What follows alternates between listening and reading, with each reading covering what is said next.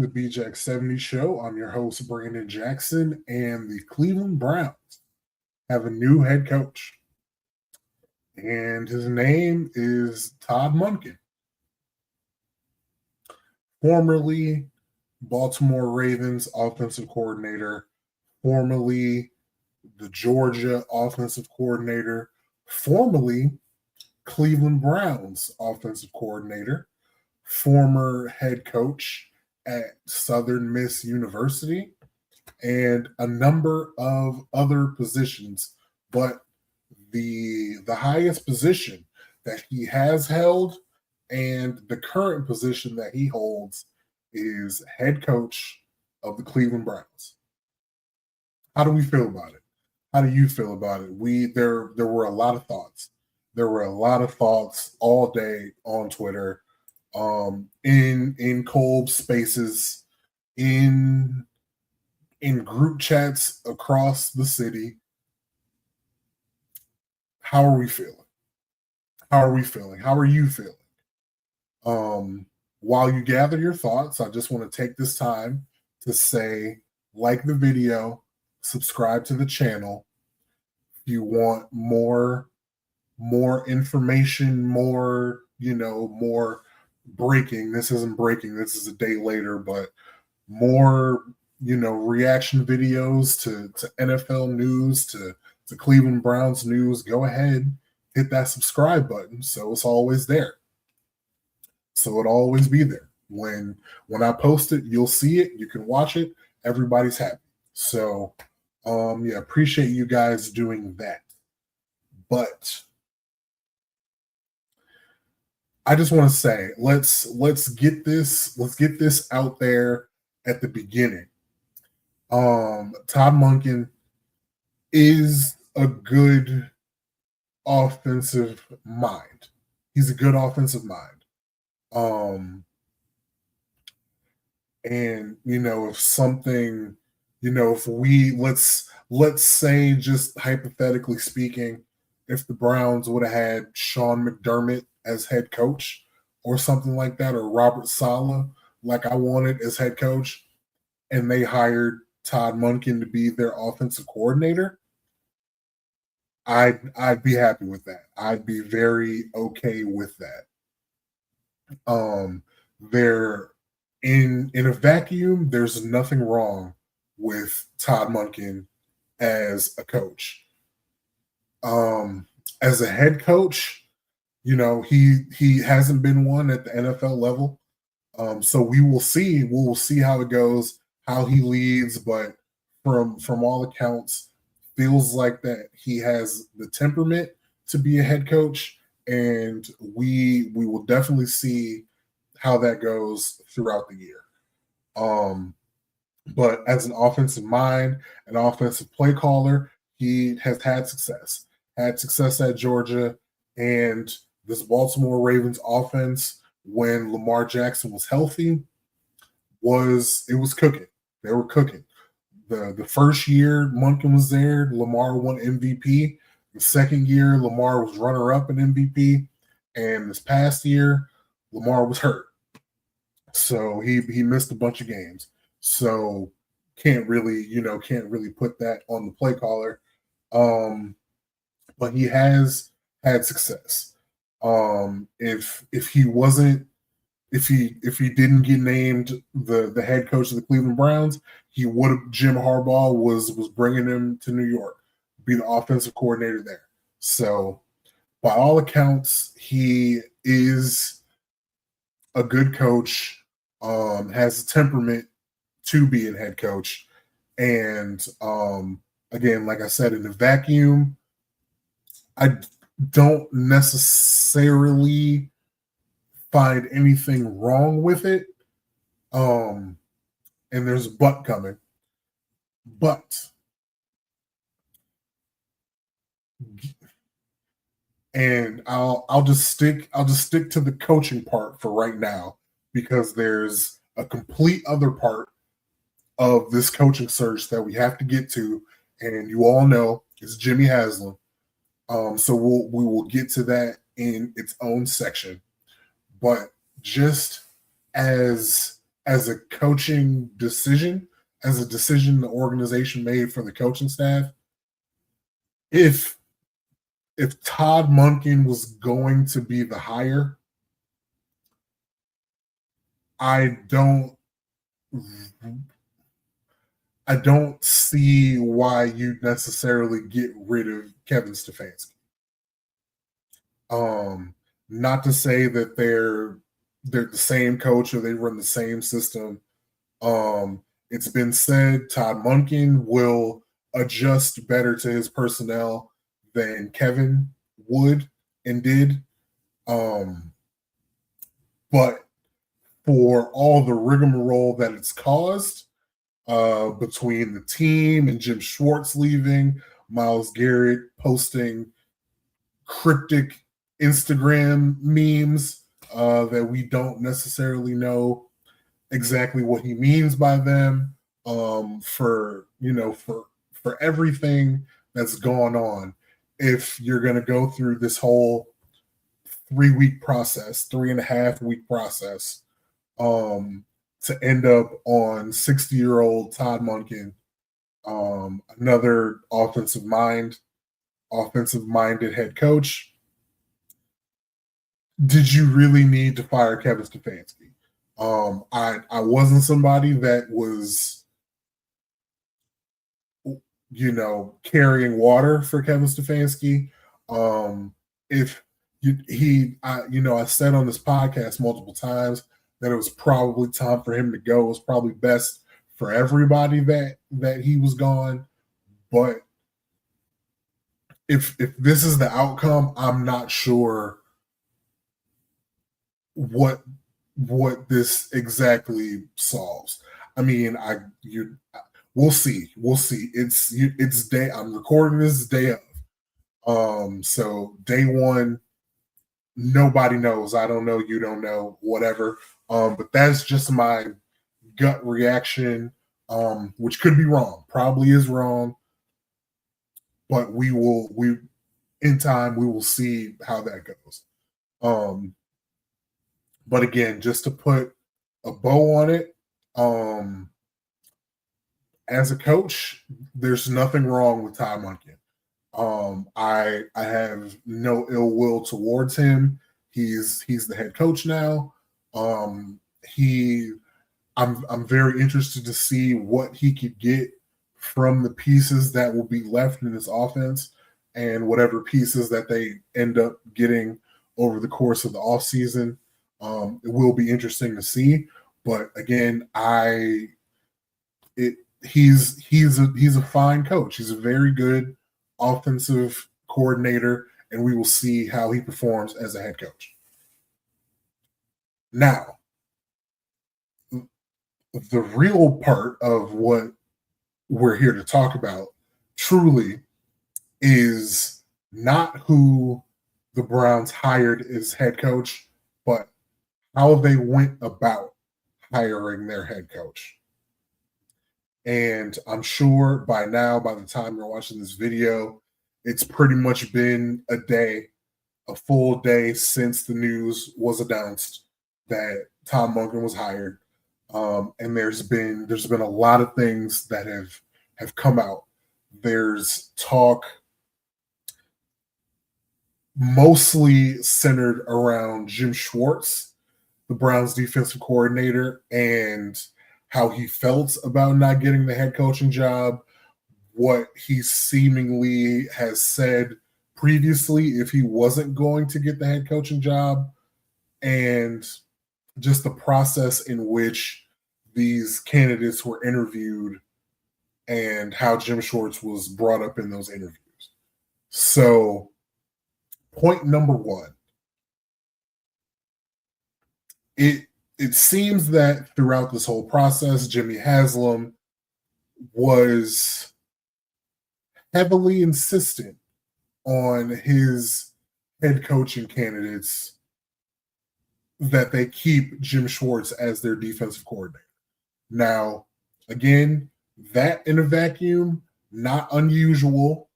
Atlanta Falcons did it. If you really like a coach that's currently on your coaching staff, but you want to get a new head coach, suggesting that the new head coach keep that guy on staff happens all the time.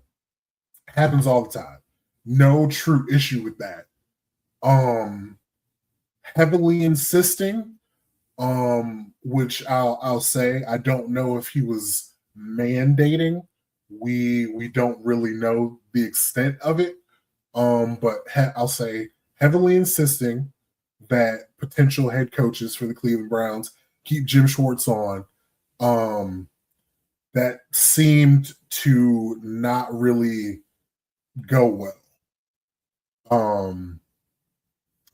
And we don't know, we don't know this as fact, but there are a lot of the timing on some of these coaching interviews and when they pulled out of them and when they declined and things of that nature. We don't know exactly how that all lined up behind the scenes, but you had Mike McDaniel cancel the second interview, Jesse Minter cancel the second interview, Grant Udinski did the second interview but dropped out very quickly after that interview was over, seemingly because he knew that he wasn't going to get the job. Who knows if it was because he didn't want to hire Jim Schwartz on the staff? We don't know. And then, you get to the top three candidates, Jim Schwartz himself, who interviewed multiple times to be the head coach, Todd Monken, and Nate Shieldhouse, the pass game coordinator for the Los Angeles Rams, who, truth be told, I did prep on Shieldhouse to be making this video right now about the new Browns head coach. It didn't even occur to me to prep for Todd Monken being named the head coach, but again, the process seemingly was Jimmy Haslam getting involved and insisting that Jim Schwartz be kept on. And if that's the case,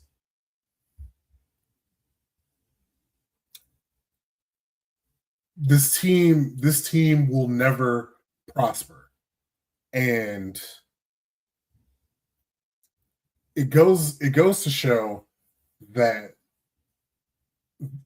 this team will continue to be one of the worst franchises in the NFL. Because if Jimmy Haslam can't let his football people make football decisions, then there's no reason to have them on the team. So from an outsider's perspective, what it feels like is Jimmy Haslam wants to keep Jim Schwartz on the staff. Fine. Jim Schwartz knows that, and so Jimmy Haslam wanted to keep Jim Schwartz on the staff. And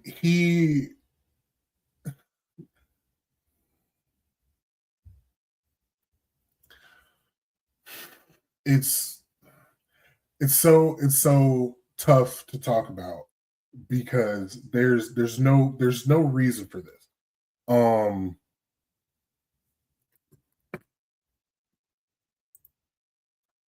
So Jimmy Haslam wants to keep Jim Schwartz on the coaching staff, which is fine. It's your prerogative. But the fact that you make such a big deal about it and try to force him on your prospective head coaches is a problem. And what most people think was happening is that the GM, Andrew Berry, and his team had a process of finding a new head coach, and that process led them to Nate Shieldhouse, and that is who he recommended be the head coach of the Cleveland Browns. Jimmy Haslam wanted Jim Schwartz.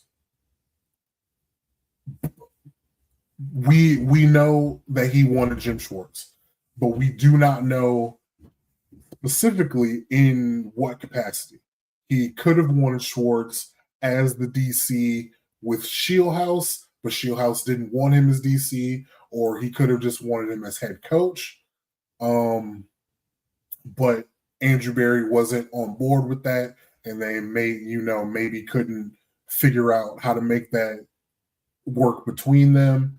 Or he possibly wanted Todd Monken to be head coach and Jim Schwartz as defensive coordinator stay in his role.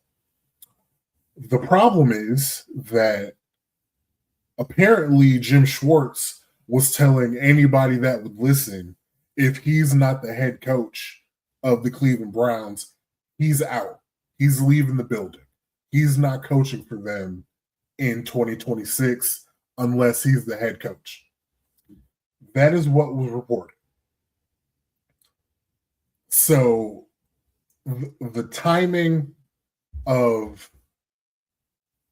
when the Browns knew that, if the Browns knew that, maybe they knew that Jimmy hired Monken anyway and thought, maybe he'll just make Jim fall in line, work out a new contract. Like we don't know what the thinking is, and that's the problem. The problem is the dysfunction. The problem is that it seems like the Cleveland Browns ownership is not in lockstep with the Browns front office, which is not in lockstep with the Browns coaching staff.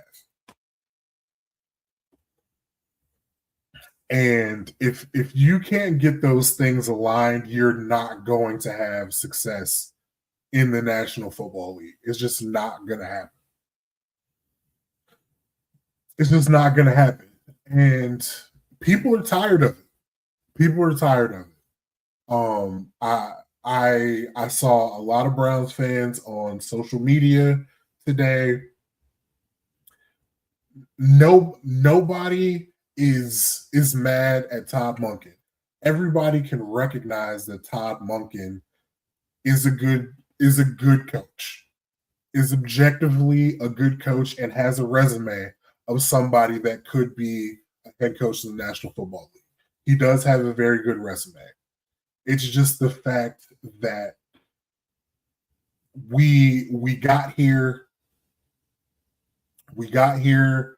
There were some young, up and coming, talented coaches that we looked at and seemingly threw them to the wayside in service of the defensive coordinator of the football team.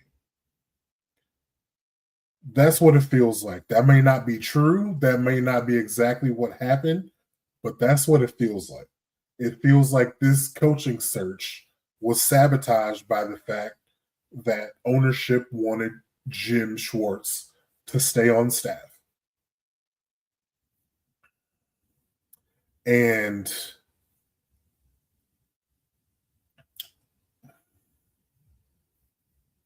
the problem is, it feels like there's no excitement, there's no hope with this move. It doesn't feel like a new beginning. It doesn't feel like the Browns have made any progress forward.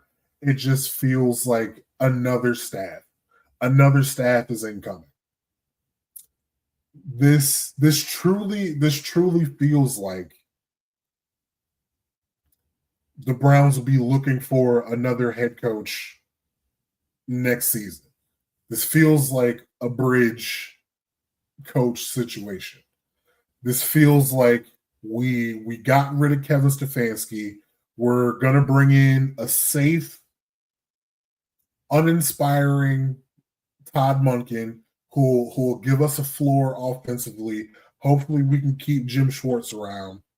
and tread water until 2027 comes. I get my real quarterback, Arch Manning, and I get my real head coach, whoever that may be. That feels like what Jimmy Haslam is thinking at this point. Right or wrong, we don't know. Most of us don't know him personally, but just from the outside looking in, this is what it feels like. It feels uninspired.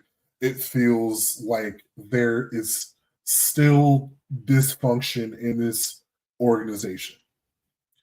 For a little while, um, it seemed like there at the very least was harmony between the coaching staff and management about the direction that the team was moving in. And that was before the Deshaun Watson trade. When the Deshaun Watson trade happened, it felt like that was a shift in between the coaching staff, front office, and ownership. It feels like that is the move that set them off, that set them on a course to displace from each other. And they never came back together. They never came back together once that Deshaun Watson trade happened. Um, and it seemingly became worse with how bad Deshaun was playing. With how bad he was playing, cycling quarterbacks in and out of the lineup, it felt especially dysfunctional this past offseason with Dylan Gabriel and Shador Sanders in the same draft class. 6 quarterbacks on the roster at one point. It felt like nothing was in sync. Nothing on this team was in sync.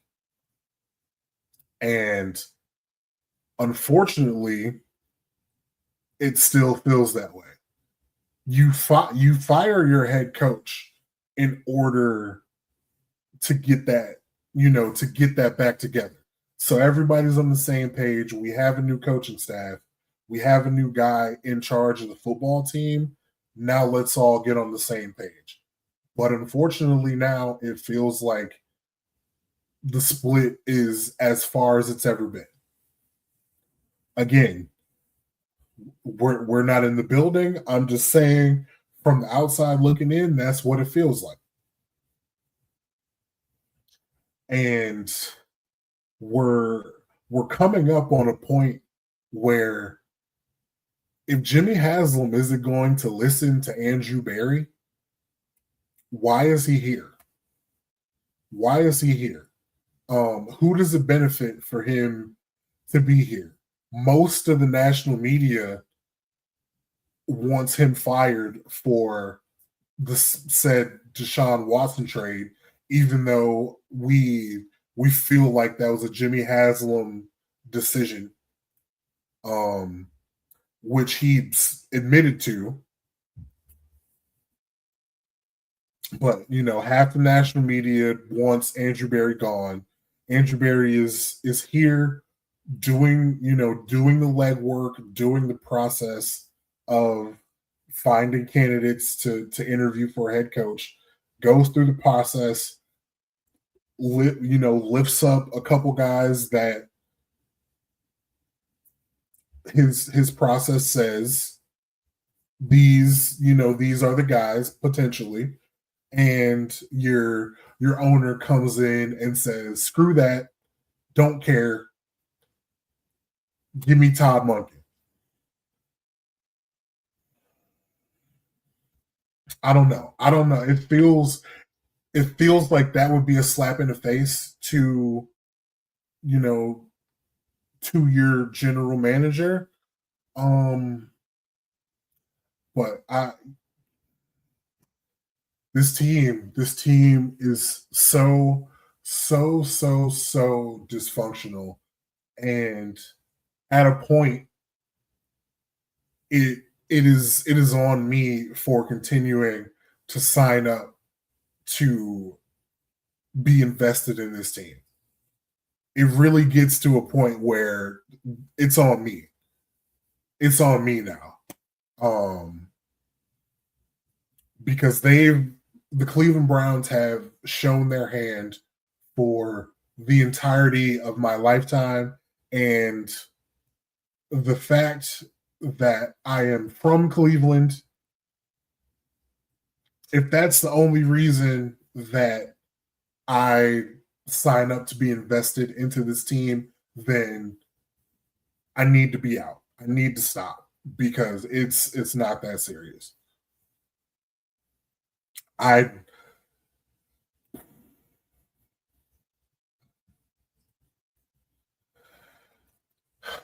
do I want to be optimistic about this head coaching hire?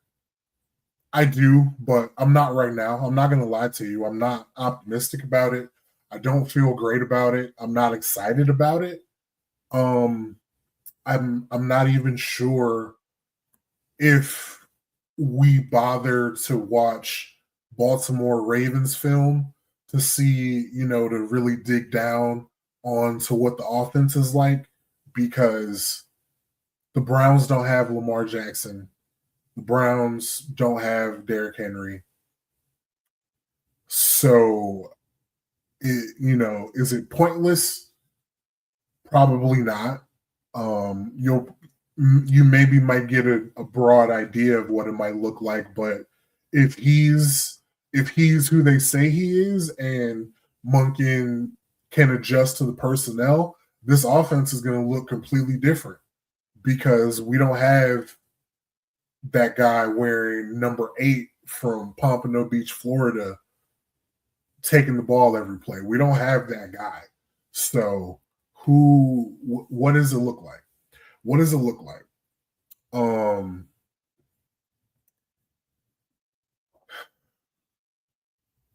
who knows?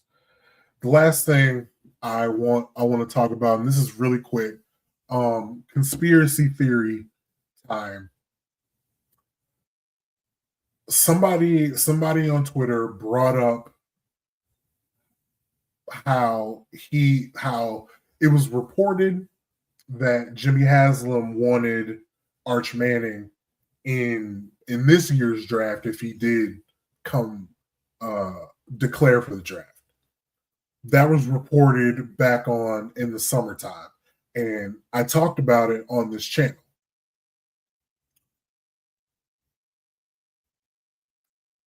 And that person that brought it up said if he really wanted Arch Manning that bad, which it was reported that he wanted him that bad, what what would a year make that much difference? How much difference would a year make? Meaning, if he wanted to draft him this year and he didn't come out this year, what's another year to wait?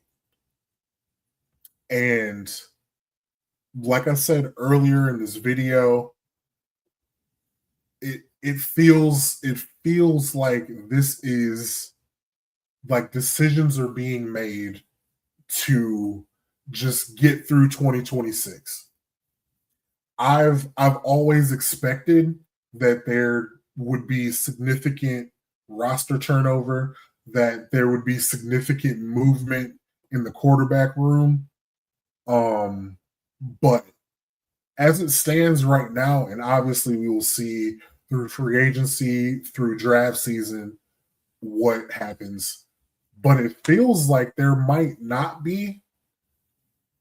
I'm wondering if there won't be significant movement in the quarterback room. Like if they just run it back with what they have just to get the 2020, get through 2026, get into 2027, and move heaven and earth to get Arch Manning if they don't have the number 1 overall pick. If they have the number 1 overall pick, whoever's at number 2 will be on the clock because we know who's going 1. And that feels like regardless if he is the number 1 quarterback prospect in the draft. regardless of what Dante Moore does, or what any number of those guys that are going to be in the mix for it next year. So I'm wondering, I'm out loud wondering, is this my final straw? I can tell you, if I'm such a big fan of Shador Sanders that I'm I'm I'm still invested in this team because I want to